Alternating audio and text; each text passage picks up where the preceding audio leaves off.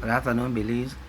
Good afternoon, world. My name is Michael Herrera in Belize City, live in Bermudian Landing village. So I just want to continue from where I left off. Then for Easter, we have the men in the village and usually gang up.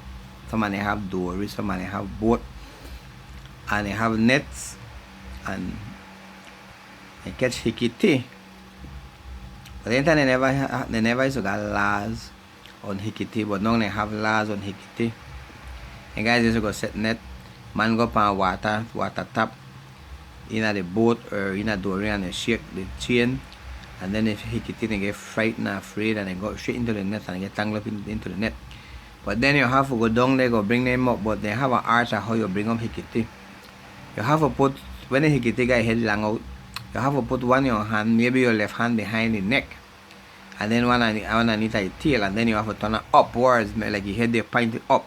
Then you have swim and help you come up, but you can't make it carry down kind of jungle. You if you go deep, your ears jump go bust and go jungle. So that's another kind of meat. And then the men they used to sell it when Easter they come. Man, people are excited. Then guys Percy, Val for double head cabbage. They used to be the main one. They used to go catch hikiti, they have them skiff. I think then the guys used to also go set net and then lagoon, catch fish, sometimes ratty. For alligator you're catching on the net there. So that's how life was. And then sometimes they go on then go in a door at night go fishing. They used to go and headlamp or headlight you put on and have battery. And you spot far, but you had to be careful at time golf because then snake, they said that the light draw snake to you. Especially time golf, and if that get in your dory and you have a rubber boots, and your dory cranky, man, you have a serious problem. So now we move on down to the snake. Bermudian Landing in our village we have a lot of snake. There was time and time we had to bomb out our net, like for around 4. That's not like the Belize City where we could just, I could just come for work and just jump on my bed, lay down, pick one pillow, and lay down. No, because the snake could have go in your pillow case, especially time golf. And maybe underneath your pillow or under your sheet or up on the bed and you don't know, you go jump and then bite you. There's a snake will only bite you because they feel threatened, then they protect their territory, so they will bite. Then the only few people they may have could have cure snake in the days because after 15 minutes of time golf bite you, or yellow head time golf bite you, yellow jaw time golf bite you, sorry. You have 15 minutes to live and then find it out of this world. So then they used to have base sore. They got a thing called base sore to tie. My granny used to cure base sore. She making medicine. She said she have all fishy dreams and come from her dead ancestors Then my grandfather have here. Okay. 2 times a year you have to purge out. Everybody have to purge out at the house. 2 times a year you want to drink senior Epsom salt and think I work you. But you have to have lime.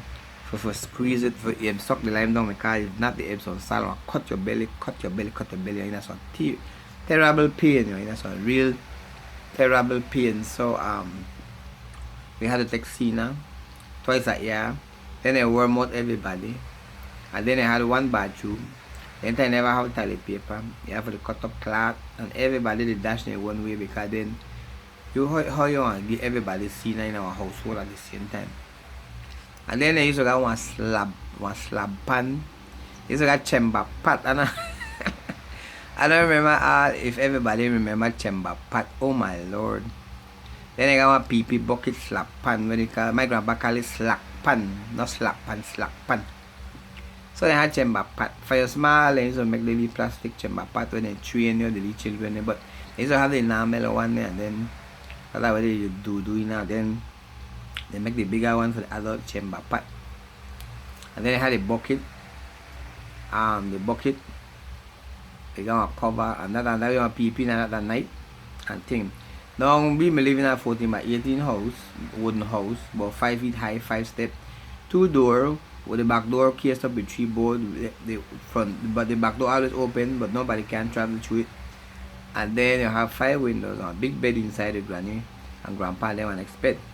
A lot of guys, this is my brother, used to sleep outside, and then my auntie's son they come for summer. And then I never used to pee bed. My brother and pee bed and the guys pee bed. But when my brother and used to do and the guys then pee the bed, But we never sleep for bed pan yards. When you sleep on bed and Anna, we sleep for yards, we sleep on the floor, they give you sheet, and then they make one pillar, then got one thing called cushion. And then guys, and I used to use what people at 9 o'clock before I go sleep. And then guys use a people bed nearly every night. And then you went up people bed, then people bed get up change for their pants and thing. And they move you and roll you up at the people there. So because with my grandpa and granny, you can't people bed because you get whopping. I used to get whopping for you. I used to get whopping days after days, weeks after weeks, months after months, years after years. For people bed, another person I never people bed. For my brother there and my cousin they people the bed. They get up changing clothes. I roll me ready on the pee. And then when I wake up that me then the pee soak up in the pee spot and me get tearing every man I get tearing for something where I don't care how I try convince my granny. Okay, how I try convince my grandpa I know people bed. They don't want to hear that, they don't want to hear that. So then it's a worm out with them, we had to worm everybody get a worm out that thing. Then they never used to got toothpaste in time eh? So we used to use charcoal to whiten your teeth. And then we go to the river and they have a special kind of clay there where you use to whiten your teeth. So nobody make a toothbrush. So they never used to got dentist neither. So man, when you have a decayed teeth. When they used to my grandpa, they would take the thread and they wrap it around your teeth 1 3 times. If the teeth, but then they try shake the teeth. You try get the teeth shaky.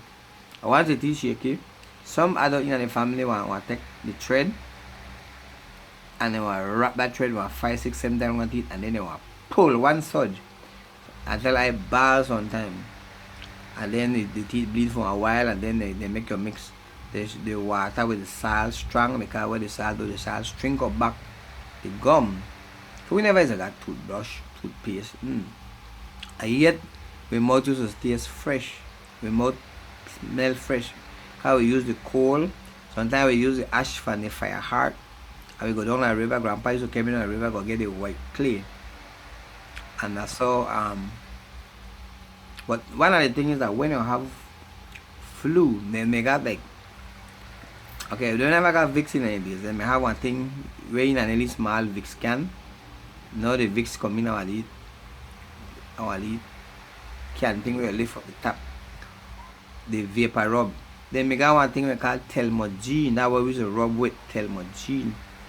And then when you're younger, you used to get when ants bite you get sore and they use the one yellow powder I don't remember what they call it, but it's good when you mix it with Vaseline. Some kind of soda, it take off, leave a spot off of you. Then I remember one time when my hand me broke, I couldn't go to the hospital. Mama sent me back. My granddad may have one medicine called tins of arnica. Somehow young people, when not even me ban it.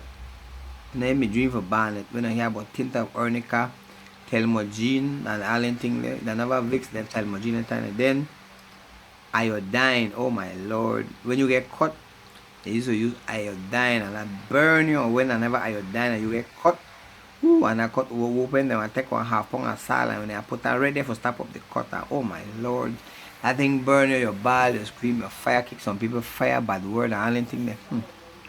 Then there'll be days in the village life. Then you have the ringworm bush. That one there, they have worry tick. Oh my god. Worry tick they on their horse, then they on their cow.